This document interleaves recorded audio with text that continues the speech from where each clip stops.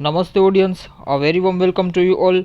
આપણે જોઈ રહ્યા છે standard 7 social science chapter number 14માં આપણું ચાલી રહ્યું છે સંસાધનોનું જતન અને સંરક્ષણ. એટલે કે ખાસ કરીને રિસોર્સિસ ઉપર આ આખું ચેપ્ટર છે. બેસિક રિસોર્સિસ શું હોય એટલે કે સંસાધનો શું હોય એ વસ્તુ આપણે પાછળના વિડીયોઝમાં પાછળના પાર્ટ્સમાં આપણે ઓલરેડી કવર કરી ચૂક્યા છે. આ ચેપ્ટરમાં આપણે એનું કન્ઝર્વેશન અને એનું પ્રોટેક્શન કઈ રીતે કરી શકીએ એ વસ્તુને આપણે ખાસ કરીને સમજવાની છે. અને જે અલગ અલગ સંસાધનો છે, વિવિધ રૂપે આપણે પૃથ્વી ઉપર સંસાધનો મળેલા છે ભગવાન તરફથી, પ્રકૃતિ તરફથી, તો એને આપણે કઈ રીતે સાચવવા જોઈએ, એનું જતન કેવી રીતે કરવું જોઈએ, અને ખાસ કરીને આ જતન અને સંરક્ષણ કરવાની જરૂરિયાત શા માટે પડી, એ બધી વસ્તુઓ ઉપરનું બેસિકલી આ ચેપ્ટર છે. તો બેસિક જે ઇન્ટ્રોડક્ટરી પાર્ટ છે એ ઓલરેડી આપણે કવર કરી ચૂક્યા છે. સંસાધન એટલે શું, એની જે બેસિક કોન્સેપ્ટ છે એ પણ આપણે સારી રીતે જોઈ ગયા છે. સંસાધનોના પ્રકાર વિશે પણ આપણે જોઈ ગયા છીએ. બે પ્રકારના સંસાધનો આપણે જનરલી એવું માનવા ક્લાસિફાઈ કરી શકીએ કે ભાઈ ખાસ કરીને જૈવિક હોય અને અજૈવિક. સૌથી પહેલાં તો કુદરતી હોય અને માનવ નિર્મિત. કુદરતીમાં પણ જૈવિક હોય અને અજૈવિક હોય. પછી જે માનવ નિર્મિત સંસાધનો છે તો એ રીતે પણ આપણે ખાસ કરીને બધું સમજી ચૂક્યા હતા. સંસાધનોનું સંરક્ષણ એટલે શું અને ખાસ કરીને એની જરૂરિયાત શું છે એ વસ્તુ ખાસ કરીને આપણે પાછળના વિડીયોઝમાં જોઈ ગયા હતા. અને અહીંયા ડિફરન્ટ જે આપણને રિસોર્સિસ હોય કે ભાઈ લેન્ડ રિસોર્સ હોય, વોટર રિસોર્સ હોય, ફોરેસ્ટ રિસોર્સ હોય, વાઇલ્ડ લાઇફ રિસોર્સ હોય, પ્રાણી વન્યજીવન સંસાધન, બરાબર છે, અને કૃષિ સંસાધન, ખનિજ સંસાધન, આ બધી જ વસ્તુ આપણે ઓલરેડી જોઈ ગયા હતા. હવે આપણે એક એક વસ્તુને ડિટેલમાં જોવાનું છે. સૌથી પહેલું અહીંયા આપેલું છે ભૂમિ સંસાધન એટલે કે લેન્ડ રિસોર્સ, અથવા તો જેને કહી શકાય કે જમીન સંસાધન. ભૂમિ સંસાધનમાં ખાસ કરીને આપણે સૌથી પહેલાં તો જમીન નિર્માણ વિશે જોશું, કેમ કે ભૂમિનો મતલબ થાય છે જમીન. ભૂમિ એટલે એકચ્યુઅલી મૃદા કહી શકો. મૃદા આખી ટર્મ એકચ્યુઅલી વસ્તુ અલગ છે, પણ મૃદા જે છે એને પણ ખાસ કરીને ભૂમિ સંસાધનમાં સમાવેશ કરી શકાય છે. તો મૃદા હોય અથવા જમીન, બરાબર છે, જમીન. હવે આ જે મૃદા છે એ કાચી વસ્તુ છે, રો મટીરિયલ જેને કહી શકાય, પૃથ્વી માટેની વાત છે, બરાબર છે. કોઈ મનુષ્યના જેને કહી શકાય કે ઇન્ડસ્ટ્રીની વાત નથી, પણ પૃથ્વી માટેની જો આપણે વાત કરીએ તો મૃદા જે છે એ રો મટીરિયલ કહી શકાય. અને એમાંથી જે બને છે પાકી વસ્તુ, તો એ છે આપણી જમીન. સૌથી પહેલાં તો જમીનનું બંધારણ અથવા જમીનનું નિર્માણ કેવી રીતે છે એ વસ્તુ આપણને અહીં સમજાવવામાં આવેલી છે. એમાં એક ટર્મ આવે છે રેગોલિથ. રેગોલિથ એટલે શું એ વસ્તુ ખાસ કરીને આપણે યાદ રાખવાનું છે. તો સૌથી પહેલાં તો આપણને આઈડિયા છે કે ભાઈ જ્યારે આપણે પાછળના લેક્ચર્સમાં, પાછળના જિયોગ્રાફીના વિડીયોઝમાં આપણે જોઈ ગયા કે સપોઝ કે આ અર્થ છે, આ પૃથ્વી છે, બરાબર છે. તો પૃથ્વીનો જે ઉપરનું લેયર છે એને કહેવાય ક્રસ્ટ. ક્રસ્ટલ એરિયા જે છે, ક્રસ્ટલ લેયર જે છે, જે ભૂકવચ, જેને આપણે શું કહેતા હતા ગુજરાતીમાં, ભૂકવચ, બરાબર છે. આવો ટર્મ આપણી બુકમાં પણ યુઝ કરેલો છે. તો ક્રસ્ટ કયો અથવા ભૂકવચ કયો, તો આ વસ્તુ જે છે એ અપર મોસ્ટ લેયર જે છે પૃથ્વીનું, એમાં આપણને જોવા મળતું હોય છે. પૃથ્વીના 3 લેયર્સ વિશે મેં તમને વાત કરેલી હતી. પૃથ્વીના ઇન્ટિરિયરમાં તમે જેમ જેમ જાઓ તો એમ આપણને અંદર મેન્ટલ પણ જોવા મળશે, અને પછી અંદર જે છે કોર જોવા મળશે. અત્યારે કોર અને મેન્ટલને જે છે એ આપણે કન્સિડર નથી કરતા, એની વસ્તુ અત્યારે આપણે અહીંયા કંઈ કામની નથી. પણ જે આ અપર મોસ્ટ લેયર છે, જેને આપણે ક્રસ્ટ કહેતા હોઈએ છીએ, ભૂકવચ કહેતા હોઈએ છીએ, અને એની જ અંદર, એની જ ઉપર જે છે ખાસ કરીને મૃદા અથવા તો જેને કહી શકાય કે પછી જમીન જે છે એનું નિર્માણ થાય છે. તો સામાન્ય રીતે આપણે ભૂસપાટી એટલે કે ક્રસ્ટનું ઉપલું પડ કે જેમાં આપણે વનસ્પતિ ઉગતી હોય છે, તે ઉપરાંત જે અલગ અલગ જીવસૃષ્ટિઓ રહેલી છે, મતલબ જેને કહી શકાય કે બાયોસ્ફિયર રહેલું છે, બરાબર છે, બાયોસ્ફિયર. આ અલગ અલગ સ્ફિયર શું છે એ પણ વસ્તુ આપણે ખાસ કરીને, મતલબ અર્થના ડોમેઇન, બરાબર છે, કે ભાઈ બાયોસ્ફિયર હોય, જેને કહી શકાય એટમોસ્ફિયર હોય, આ બધી જ વસ્તુઓ ખાસ કરીને હાઇડ્રોસ્ફિયર, લિથોસ્ફિયર.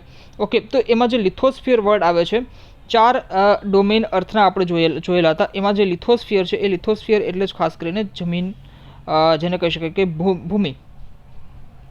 તો આ બધી વસ્તુઓ જે છે ઉપલું પડ, બરાબર છે, ક્રસ્ટનું ઉપલું પડ, ભૂકવચની ઉપલું પડ, તો એમાં વનસ્પતિ ઉગે છે, એ આપણે ખાસ કરીને એને આપણે જમીન કહેતા હોઈએ છીએ. હવે જે જમીન જે છે એ પૃથ્વીના પોપડા પરના અનેકવિધ કણોથી બનેલું એક પાતળું પડ હોય છે. કેમ કે એનું રીઝન છે કે સૌથી પહેલાં જ્યારે ભૂમિ બની હશે, પૃથ્વી બની હશે, તો તમે જુઓ ક્યાંકને પર્વતીય વિસ્તાર હોય તો ત્યાંની જમીન જે છે એ જાડી હોય છે થોડી, બરાબર છે, અને જ્યાં સાવ ખૂબ મેદાની વિસ્તાર છે તો ત્યાંની જમીન કમ્પેરેટિવલી જે છે એ પતલી હોય છે. એનું રીઝન એ જ છે કે ખાસ કરીને પર્વતીય વિસ્તાર જે છે ત્યાં મૃદા જે છે એ એની ઘનતા વધારે હોય, જમીનની ઘનતા વધારે હોય છે, અને ખાસ કરીને જે બાકીનું જે લેયર્સ, બાકીના જે જેને કહી શકાય લેન્ડસ્કેપ છે, એની કમ્પેરિઝનમાં એનું જે ડેન્સિટી જે છે એ ખૂબ ઓછી હોય છે. તો ખાસ કરીને ખડકોના નાના મોટા જે ટુકડા હોય, કાંકરા હોય, અને માટીની જે રજ છે કે જે અજૈવિક વસ્તુ આવે છે. સૌથી પહેલાં આપણે સંસાધનોના પ્રકાર વિશે મેં તમને વાત કરેલી હતી. તો એમાં કુદરતી અને માનવ નિર્મિત એમ બે પ્રકાર જોયા હતા. કુદરતીમાં પણ આપણે જૈવિક અને અજૈવિક એવા બે પ્રકાર જોયા હતા. તો જૈવિક અને અજૈવિક શું છે એ વસ્તુ આપણને આઈડિયા હોવી જોઈએ. એમાંનું જે અજૈવિક છે એ હોઈ શકે ભાઈ ખડક પણ હોઈ શકે, પાણી પણ હોઈ શકે, અને પણ અન્ય નાની મોટી વસ્તુઓ જે છે એ ખાસ કરીને અજૈવિકમાં એનો સમાવેશ થાય છે. અજૈવિકમાં એટલે કે એની અંદર લિવિંગ ફોર્મ નથી. અને બીજું એક જૈવિક હોય, બાયોટિક એન્ડ એબાયોટિક, એ રીતે આપણે ખાસ કરીને ક્લાસિફાઈડ કરેલું હતું. એ આપણે પાછળના વિડીયોઝમાં સમજી ગયેલા છે. તો એમાં જે અજૈવિક છે એને ખાસ કરીને રેગોલિત કહેવાય છે. હવે આ બધી વસ્તુમાં જૈવિક દ્રવ્યો હવા અને પાણી ભળી જાય તો એને ખાસ કરીને આપણે જમીન કહેતા હોઈએ છીએ. એમાંથી ખાસ કરીને આપણે જમીન બને છે. જૈવિક દ્રવ્યો ભળવાથી જમીન બની જાય છે. એટલે કે જે અજૈવિક તત્વો છે એને રેગોલિત કહેવાય છે, અને એમાં જૈવિક દ્રવ્યો હવા અને પાણી ભળી જાય છે તો એને આપણે ખાસ કરીને જમીન કહેતા હોઈએ છીએ. ખેતીના સંદર્ભમાં કોઈ પણ દેશનો આર્થિક વિકાસ તે દેશની જમીનની ગુણવત્તા અને પ્રકાર પર આધાર રાખે છે. ખાસ કરીને એગ્રીકલ્ચર વાળું જ્યારે આપણે ચેપ્ટર જોશું, એગ્રીકલ્ચરના કોન્સેપ્ટ જોશું, ત્યારે આપણને ખાસ કરીને જમીન જે છે એ ખાસ કરીને ખૂબ જ મહત્વની બની રહેશે. અને એ જ કારણથી આ જ ટોપિકમાં આપણને જમીનના અલગ અલગ ટાઈપ્સ એટલે કે ક્લાસિફિકેશન પણ આપેલા છે, જેથી કરીને બેસિક આઈડિયા આપણો બિલ્ડ થઈ જાય. તો દેશની જમીનની ગુણવત્તા અને પ્રકાર જે છે એના ઉપર આધાર છે ખેતી, બરાબર છે. કેમ કે જે દેશની જમીન જે છે એ ખાસ કરીને ખૂબ જ મજબૂત અને ફળદ્રુપ હશે, ટકાઉ હશે, એટલે કે સસ્ટેઇન હશે, એ દેશમાં એગ્રીકલ્ચર જે છે એ પણ ખાસ કરીને ખૂબ જ સારું હશે. અને આપણો દેશ જે છે ભારત, તો એક કૃષિ પ્રધાન દેશ છે. એનું રીઝન એ છે કે ભારતમાં વન્ય વિસ્તાર પણ સારો એવો છે, પ્લસ ભારતની ભૂમિ જે છે એ ફળદ્રુપ છે, પ્લસ ભારતનું ક્લાઇમેટ એટલે કે આબોહવા ભારતની જે છે એ પણ કૃષિ માટે ખૂબ જ યોગ્ય ગણાય છે. આ ઉપરાંત પણ અનેક નાના મોટા કારણો જવાબદાર છે ભારતને કૃષિ પ્રધાન દેશ બનાવવામાં, પરંતુ આ જે બેસિક કારણો જે છે 2 થી 3 એ મેં તમને જણાવવાની કોશિશ કરી. બાકી આપણે ખબર છે કે આપણા ખેડૂતોની ખાસ કરીને મહેનત અને એ બધી વસ્તુઓ તો આપણે કાઉન્ટ કરતા જોઈએ છીએ. હવે જે આપણે વાત કરવાની છે જમીનના પ્રકારની, જમીન એટલે શું એ બેસિક વસ્તુ મેં તમને સમજાવી દીધી. જમીનના પ્રકાર આપણે જોવાના છે. ભારતીય કૃષિ સંશોધન પરિષદ એટલે કે ICAR દ્વારા ભારતની જમીનને કુલ 8 પ્રકારમાં વહેંચવામાં આવેલી છે. આ વસ્તુ ખાસ કરીને યાદ રાખજો, આ એક ફેક્ટ છે, બરાબર છે. ICAR દ્વારા ભારતની જમીનને 8 પ્રકારમાં વહેંચવામાં આવેલી છે. તો કઈ રીતે? તો કે ભાઈ જો કાપણી જમીન હોય, રાતી અથવા લાલ જમીન હોય. બેસિકલી જ્યારે આપણે 11th-12th સ્ટાન્ડર્ડનું જે જિયોગ્રાફી આપણે જોતા હોઈએ, બરાબર છે, તો એમાં આપણને ડિટેલમાં આ બધી જમીનના પ્રકાર જે છે કઈ રીતે પડેલા છે એ વસ્તુ એમાં આપણને ડિટેલમાં જોવા મળશે. કાપણી જમીન છે, રાતી અથવા લાલ જમીન છે, કાળી જમીન છે. આ કાળી જમીનને આપણે કપાસની જમીન કહેતા હોઈએ છીએ. ગુજરાતમાં તમે જુઓ તો મોટાભાગે કાળી જમીન આપણને જોવા મળશે. નોટ ઇવન ગુજરાત, પણ ગુજરાત ને મહારાષ્ટ્રનો જે એરિયા છે, ખાસ કરીને ગુજરાતમાં પણ જોવા જાઓ તો સૌરાષ્ટ્ર પેનિન્સ્યુલર જે એરિયા છે ત્યાં આપણને કપાસની કાળી જમીન જોવા મળે છે. મહારાષ્ટ્રમાં પણ ખાસ કરીને કપાસની કાળી જમીન જે છે એ આપણને જોવા મળતી હોય છે. તે ઉપરાંત લેટેરાઇટ જમીન, રણ પ્રકારની જમીન. આ રણ પ્રકારની જમીન જે છે એ આપણે આપણા ગુજરાતમાં આઈડિયા છે, કચ્છમાં જે છે એ રણ પ્રકારની જમીન આપણને જોવા મળે છે. પર્વતીય જમીન, જંગલ પ્રકારની જમીન અને દલદલ પ્રકારની જમીન. તો આ બધી જ વસ્તુઓ જે છે ખાસ કરીને 8 જે પ્રકાર છે એ તમે એટલાસમાં ગોતવાની કોશિશ કરજો. જો તમારી પાસે જિયોગ્રાફીનો એટલાસ હોય, ઓક્સફર્ડનો એટલાસ, આમ તમે 6th સ્ટાન્ડર્ડમાં આપણે જ્યારે લેક્ચર આવતા હતા ત્યારે મેં તમને સજેસ્ટ કરેલું હતું કે ઓક્સફર્ડનો એટલાસ ખરીદી લેજો, પરચેસ કરી લેજો, એ ખૂબ જ ઇમ્પોર્ટન્ટ છે. પણ તેમ છતાં કોઈને એટલાસ નથી ગમતું અથવા કોઈને એટલાસ પરચેસ નથી કર્યો તો કોઈ વાંધો નથી, આપણે ગૂગલમાં બ્રાઉઝ કરી લેવાનું, એમાં આપણને ઇઝીલી બધી વસ્તુઓ આપણને જોવા મળી જાય, ફાઇન્ડ આઉટ કરી લેવાનું. તો આ રીતે આપણે જમીનના 8 પ્રકાર છે. ખાસ કરીને આમાં આપણે ડિટેલમાં નથી જવાનું અત્યારે કે ભાઈ કાપણી જમીન શું છે, રાતી અથવા લાલ જમીન શું છે, કેમ કે 7th સ્ટાન્ડર્ડનું છે અને એ સિલેબસને આપણે અત્યારે ખાસ કરીને હું ફોલો કરવાની કોશિશ કરું છું. તો ડિટેલમાં તો નહીં, પણ હા ઉપરથી આપણે ટાઈપ્સ જોઈ લીધા એટલું ઘણું છે અત્યારે. હવે જમીનનું ધોવાણ અને સંરક્ષણ. તો ખાસ કરીને જરૂરત શું પડી? સૌથી પહેલાં તો જમીનનું જે સંરક્ષણ છે એ કરવાની જરૂર શું પડી? તો એનું રીઝન છે જમીનનું ધોવાણ. એટલે કે ખાસ કરીને જમીન જે છે અત્યારે ખાસ કરીને જે રીતે બગડવા માંડે છે. ધોવાણનો મતલબ શું થાય છે કે ભાઈ ખાસ કરીને જમીન બગડે છે. જમીનનું ધોવાણ ગતિશીલ પાણી કે હવા દ્વારા થાય છે. આ ગતિશીલ પાણી અને હવા જે છે એ એજન્ટ્સ છે, જેને કહી શકાય એવા એજન્ટ છે કે જે જમીનનું ધોવાણ કરે છે. જમીનના ઉપલા કણોનું ઝડપથી કુદરતી બળો દ્વારા અન્યત્ર સ્થળાંતર થઈ જવું તેને જ આપણે ખાસ કરીને જમીનનું જેને કહી શકાય ધોવાણ કહેતા હોઈએ છીએ. તો શું કહે છે? જમીનના ઉપલા કણોનું, બરાબર છે, ઝડપથી કુદરતી બળો દ્વારા અન્યત્ર સ્થળાંતરણ થઈ જવું એને જમીનનું ધોવાણ કહેતા હોઈએ છીએ. આ બધી વસ્તુઓ એગ્રીકલ્ચરલ લેન્ડ જે છે એમાં ખાસ કરીને ખૂબ જ ઇફેક્ટ કરતી હોય છે. આવું થવાથી જમીન જે છે એ ખેતીની ઉપજમાં ઘટાડો થાય છે અને એને આપણે અટકાવવું જોઈએ. જરૂરી નથી કે કુદરતી બળ દ્વારા જ જે છે એ ખાસ કરીને આ બધી વસ્તુ થાય. હવે તો જેને કહી શકાય જે રીતે પોલ્યુશન વધી રહ્યું છે, જે રીતે જેને કહી શકાય માનવીની પ્રવૃત્તિઓ, ખાસ કરીને એવી પ્રવૃત્તિઓ વધી ગઈ છે કે જેથી કરીને પ્રકૃતિમાં ડાયરેક્ટ હસ્તક્ષેપ થાય, પ્રકૃતિને ડાયરેક્ટ ડિસ્ટર્બન્સ થાય, એવી પ્રકૃતિઓ થવા માંડવાથી પણ જમીનનું ધોવાણ જે છે ખાસ કરીને ખૂબ જ વધી ગયું છે. અન્ય એક્ઝામ્પલમાં હું તમને સમજાવવાની કોશિશ કરું તો ખાસ કરીને પ્લાસ્ટિકનો બેફામ યુઝ, અને ન માત્ર યુઝ, પ્લાસ્ટિકનો યુઝ તો બરાબર છે પણ પછી એને જેને કહી શકાય કે કોઈ પણ જગ્યાએ જેને કહી શકાય કે ફેંકી દેવું, તો એનાથી પણ ખાસ કરીને જમીનનું ખાસું એવું ધોવાણ થાય છે. તે ઉપરાંત આપણને બધાના આઈડિયા છે કે જે રીતે આપણે રોડ્સ એન્ડ ટ્રાન્સપોર્ટેશન માટે આપણે રોડ્સ ફેસિલિટીઝ જે છે, રેલવેઝ માટે આપણે ખાસ કરીને રોડ્સને જે છે એ જેને કહી શકાય કે નેચરમાં મતલબ આપણે હસ્તક્ષેપ કરતા હોઈએ છીએ, નેચરને આપણે ડિસ્ટર્બન્સ કરતા હોઈએ છીએ. તો આ બધી જ વસ્તુઓ જમીનનું ધોવાણ છે. તે ઉપરાંત આપણને આઈડિયા છે કે જે પર્વતીય વિસ્તાર છે, રાઈટ, તો પર્વતીય વિસ્તારમાં આપણે ખાસ કરીને ઘણું બધું ડિસ્ટર્બન્સ ક્રિએટ કરતા હોઈએ છીએ. એના લીધે લેન્ડસ્લાઇડ જેવી એક્ટિવિટી જે છે એ પણ ખાસ કરીને થતી હોય છે. એનું રીઝન છે કે પર્વતીય વિસ્તારમાં જે રીતે આપણે જમીનનું નિર્માણ કરવું હોય, ભૂમિનું ખાસ કરીને જે રોડ્સ બનાવવા છે, બરાબર છે, બિલ્ડ કરવા છે, તો એના માટે પ્રોપર એક એનાલિસિસ થયેલું હોવું જોઈએ કે ભાઈ ખાસ કરીને અહીંયા રોડ્સ બિલ્ડ કરાય કે ન કરાય. કેમ કે બધી જ વસ્તુ ડેવલપમેન્ટના નામથી, વિકાસના નામથી ખાસ કરીને બધી જ જગ્યાએ જે છે એ આપણો હસ્તક્ષેપ જે છે, ક્યાંક ઇલેક્ટ્રિસિટી પહોંચાડવી હોય, રેલવેઝ લાઇન જે છે એની કનેક્ટિવિટી આપણે કરવી હોય, રોડ જે છે એને આપણે ખાસ કરીને કનેક્ટિવિટી કરવી હોય, તો આ બધી વસ્તુઓ જે છે એ ખાસ કરીને બધી જગ્યાએ પોસિબલ નથી. તો આ બધી જ વસ્તુઓ જે છે ક્યાંક ને ક્યાંક જમીનના ધોવાણ માટે ખૂબ જ મહત્વપૂર્ણ પરિબળ સાબિત થતા હોય છે. પછી આપણે જોવાનું છે કે ભાઈ જમીન ધોવાણ અટકાવવાના ઉપાયો માટે આપણે શું કરી શકીએ, તો કે ખાસ કરીને જો આપણને કીધેલું છે. અને હા, એક છે કે એગ્રીકલ્ચર જે છે એ પણ ખાસ કરીને અત્યારે એગ્રીકલ્ચરની ડિમાન્ડ પણ વધી ગઈ છે, અને ખાસ કરીને જેને કહી શકાય કે લોકોની ડિઝાયર પણ વધી ગઈ છે. એ હિસાબથી એગ્રીકલ્ચરલ લેન્ડ માટે પણ આપણે ફોરેસ્ટનો નાશ કરતા હોઈએ છીએ, જંગલોનો નાશ કરતા હોઈએ છીએ, વૃક્ષોનો નાશ કરતા હોઈએ છીએ. તો વૃક્ષોના નાશ થવાથી પણ જે છે એ જમીનનું ધોવાણ થાય છે. તે ઉપરાંત પૂર જે છે, પૂર, બરાબર છે, એ પણ એક ખાસ કરીને કારણ છે. અત્યારે આપણને આઈડિયા છે કે જે રીતે ગ્લેશિયર્સ પીગળવા માંડ્યા છે, તો ગ્લેશિયર્સ પીગળવાથી ખાસ કરીને નદીઓમાં જનરલી પૂર આવવા, ઉત્તર ભારતની નદીઓ જે છે એમાં જનરલી પૂર આવતા હોય છે. તો એના લીધે પણ આપણે જોઈ શકીએ કે એના લીધે પણ જમીનનું ધોવાણ જે છે એ ખાસું એવું થતું હોય છે. વૃક્ષો નહીં હોય તો જમીનનું ધોવાણ જે છે એ ખૂબ જ ઝડપથી થશે. તો પડતર જમીનોમાં જે છે એ વૃક્ષોનું વાવેતર કરવું જોઈએ. પછી જે ઢોળાવવાળી જમીન છે ત્યાં પગથિયા પદ્ધતિથી ખેતી કરવી જોઈએ.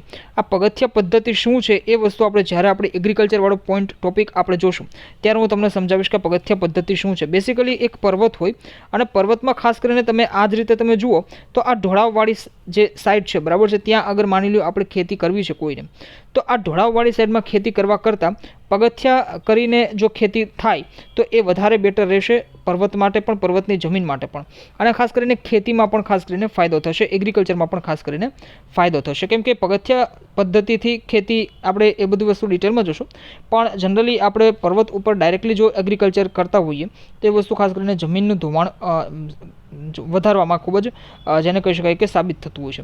પછી આડબંધ બાંધવા જોઈએ, જમીન પર ચરાણ પ્રવૃત્તિઓને નિયંત્રણમાં લેવી જોઈએ. આ ખૂબ જ મહત્વની વસ્તુ છે. આપણને આઈડિયા છે કે એક તો અત્યારે ચરાણ માટેની જે ખાસ કરીને લેન્ડ જમીન જે છે એની ઉપર ચરાણ માટેની વ્યવસ્થા જે છે, ખાસ કરીને કેમ કે ઘાસ જે છે એ પણ હવે ધીમે ધીમે જેને કહી શકાય કે નાશ થવા માંડ્યા છે, જંગલો જે છે એનો પણ સફાયો થવા માંડ્યો છે. તો આવી સિચ્યુએશનમાં જે ચરાણ પ્રવૃત્તિઓ જે છે, બરાબર છે, કે જે પશુઓને ચરાવવા માટે આવતા હોય છે, તો એવા લોકો ઉપર ખાસ કરીને નિયંત્રણ લાવવું જોઈએ. અને ખાસ કરીને જેટલી લેન્ડ એને ચરાવવા માટે એક અલગ જેને કહી શકાય કે રિઝર્વ લેન્ડ જે છે એ રાખી દેવી જોઈએ. તો આ બધી વસ્તુઓ જે છે ખાસ કરીને ક્યાંક ને ક્યાંક જમીન ધોવાણ અટકાવવામાં એક જેને કહી શકાય કે મહત્વપૂર્ણ રહેતું હોય છે. પછી એક આમાં આપણને આપેલું નથી પણ એક વસ્તુ મારા માઇન્ડમાં આવે છે કે ખાસ કરીને જે કોસ્ટલ એરિયાઝ છે, કોસ્ટલ લેન્ડ્સ છે, જે દરિયાકાંઠાની પટ્ટીવાળો જે એરિયા છે, સે ફોર એક્ઝામ્પલ ગુજરાતનો આપણે મેપ જોઈએ, બરાબર છે, આ ગુજરાત છે આપણું, તો ગુજરાતમાં જે પણ અહીંયા આપણને જે લેન્ડ દેખાય છે કોસ્ટલ લેન્ડ ખાસ કરીને, તો ત્યાં આગળ આપણને ખબર છે કે ત્યાંની જમીન જે છે એ ખૂબ જ જેને કહી શકાય કે રણ પ્રદેશ જેવી જમીન હોય છે. ખાસ કરીને કચ્છવાળો જે એરિયા છે તો ત્યાં પણ આપણે જોઈએ. તો આવી જગ્યા ઉપર ખાસ કરીને ભરતીના વનો જે છે એ ખૂબ જ જેને કહી શકાય કે એને ગ્રો કરવા જોઈએ. ભરતીના વનો એટલે કે ખાસ કરીને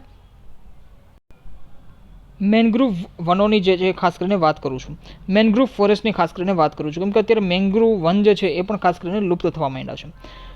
મેનગ્રુવ જંગલો જે છે ખાસ કરીને શું કરે છે તો કે ભાઈ દરિયાકાંઠાની જેટલી પણ જમીન છે એને ખાસ કરીને બચાવે છે દરિયાની ખારાશથી, અને જેને કહી શકાય કે એ જમીન જે છે એને ખાસ કરીને મજબૂત ટકાવી રાખવા માટે બચાવે છે.